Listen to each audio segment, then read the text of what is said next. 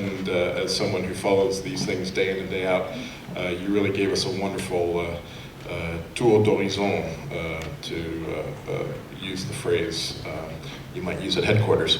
I wanted to step back from that a little bit. You alluded to a lot of big trends in the speech, the slowdown in global trade that we've all been following closely, the politics of globalization today, the changing nature of trade in terms of the servification, which is a word I'm still working on pronouncing, the digitalization of trade, and all these things. We're this amazing kind of period of turmoil in some ways in global trade. And I wonder if it's not a moment to sort of step back and actually call it and say, look, we've reached the end of one phase of globalization. We're entering a new one, and we need to rethink how we've approached things. No. Okay? The problem is that have you done something halfway or half-baked,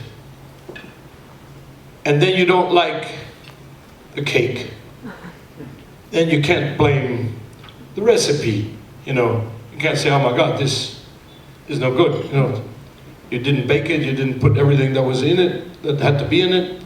Then you know you can't blame the one who wrote the recipe. It's very simple. I mean, what we're saying is precisely that we're balking on some of the most obvious issues here.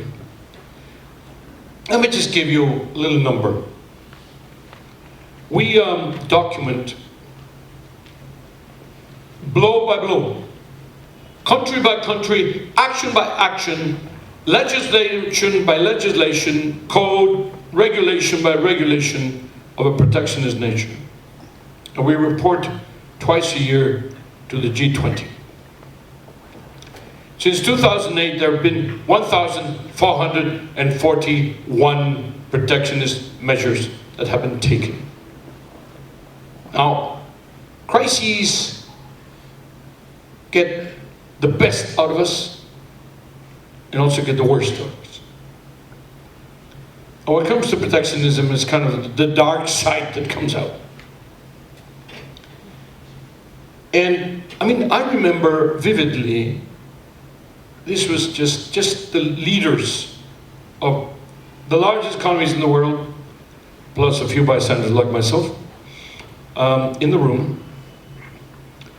We were in Los Cabos, where we practically could not get a commitment. The communique said everything about free trade, and we couldn't get a commitment from all these leaders for a standstill. And then the developing countries in G20 said, well, okay, well, let's roll for 1 year. And fortunately, Vladimir Putin, who was in the room, said, listen guys, 1 year, that's St. Petersburg. That's my G20. Please, don't make it fall in my summit. Roll it over at least for a couple of years so we can get it to the Australians or something like that. You know. So they laughed and everything else, and by that time, some of the leaders and some of the South American countries had left and whatever. So they basically agreed to roll it for 2 years. But I mean, you're talking about the world organizing itself for free trade, for open trade regime, for open investment regimes, and they can't even agree not to do more protectionist things.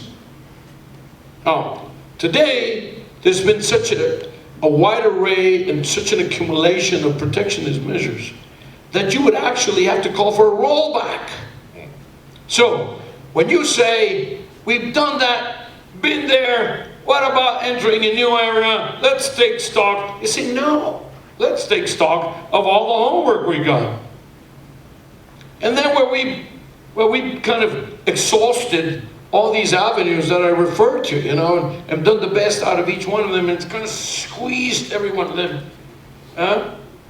And when the last drops are at, say, okay, now have we run out of ideas or something? And I'm sure we'll get some new notions by then. But no, I wouldn't say we're entering into any new era of anything. I think we just haven't done our homework. Okay. Now, part of the reason we haven't done our homework is, and we all know this, is that the domestic politics of trade have always been difficult. And they're only getting more difficult. You look around the world, here in the US, we don't have to look very far to see a conversation in the presidential election where the conversation about trade is very, very, very negative, focused on walls and new tariffs. Neither of the major candidates left is for the Trans-Pacific Partnership, at least in a declared way. And then across the ocean in Europe, the UK, we're seeing populist parties and so on. You talked about the unemployed steelworker and the difficulty of making the case to him that coders are doing well up in Silicon Valley. How do you make the case for trade politically? During your speech, you talked about a lot of actions that were policy actions, that were government actions. But when you're talking to that unemployed steelworker, let's pretend I'm an unemployed steelworker for a second here. How do you make that case? That is precisely why we haven't been very successful in selling open markets and open trade. And that's because we have not targeted those that may be losing out. There are always sectors that end up losing, and particularly sectors that have not become more competitive, that have not invested in new technologies, where the workforce has not been skilled, upskilled, reskilled in order to face the new realities of the markets and the new competition. And those are the very resistant sectors. They also tend to be the more unionized, and therefore they are more vocal, they tend to be louder, and they tend to be stronger when it comes to their political presence. And that makes it difficult. I think it also is a question of targeting. Because you tend to go for the arguments that will please or convince the broader audience, but you really have to make for, let's say, compensatory measures. That has been missing, and we really have to focus more on that. But it's very disquieting, it's very discouraging, to allude to your question about seeing, we are seeing all this protectionist discourse. There was a moment when you couldn't pick one single one, even when there were 15 candidates, 17, both Democratic and as well as Republicans, by the way, where everybody was talking protection. And everybody was talking that they would roll back some of the existing measures, etc. And of course, some of the rhetoric is totally incendiary or outright, just out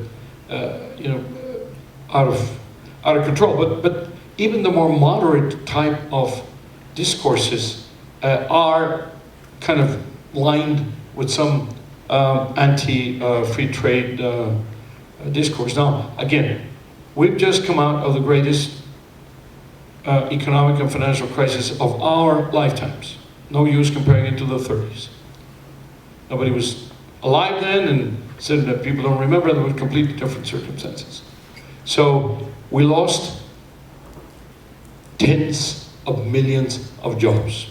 In the OECD only today, there are 7 million more people unemployed than before the crisis. Still, after the US has created 16 million jobs in the last 5 years. So, we are still suffering not only the scars, but the wounds of the crisis, the legacies of the crisis. So, when you're talking about a campaign which is trying to, appeal to everybody, clearly appealing to those who are still unemployed or have been now 1 or 2 years unemployed, or the young people who can't get the jobs, who now are in the unemployed lists, who have incorporated in the unemployment list in the last 8 years. It's an easy sale. I mean, it's an easy discourse. I can see very clearly, I can look at the conversation, the candidate and their speechwriters, and say, I got a good one for you, This is, blast NAFTA, blast the DPP, blast the TPP, whatever. And because, well, it's not like that when it comes to the reality as we have seen, but it is very difficult to sell for the reasons we mentioned. But it doesn't, Shawn, it does not mean that we should stop doing it. We know too much, let's say, so therefore we have a duty. We know more than the man on the street. And we have a duty to the man on the street to explain that this protectionist discourse is not correct.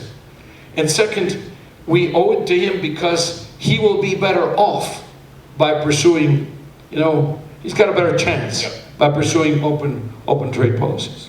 Now, I could go all day here, and this is really my favorite subject. We could talk about digital trade, data flows, and so on, but I'd like to open it up to the floor here and see if there's any questions. There's one immediately right in the center of the room. I'm going to take the prerogative of the WITA chair before you turn to that, and just ask if the Secretary General has any comments about the Brexit. You talking about people capitalizing on the trade sentiments. That vote is just in 6 days.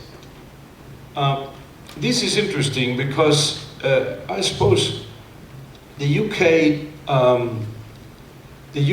are free traders, and that probably applies to both sides of the island. I don't think anybody in the either Brexit or anti-Brexit camps have been saying we will close our borders and we will not have free trade. What they're saying is, in one camp is saying we stay, we got so many dozens and dozens of free trade agreements and investments or whatever, and the other guys say we will struggle to get back what we already have today. As we like to say is, why would you struggle so much to get the privileges that you had by belonging to a club which you don't have to leave in the first place? Huh? Now, I have to say there's been a tacit agreement in the UK that the discussion about Brexit today would not be pursued because of the murder of Joe Cox. And we'd like to be respectful of that. However, it is maybe sufficient for you to know that we are on record having published, which is, by the way, available in the web, a whole analysis, blow by blow, detail by detail, which documents that British households will suffer a revenue reduction or a well-being reduction worth about 1 month of revenue for every household,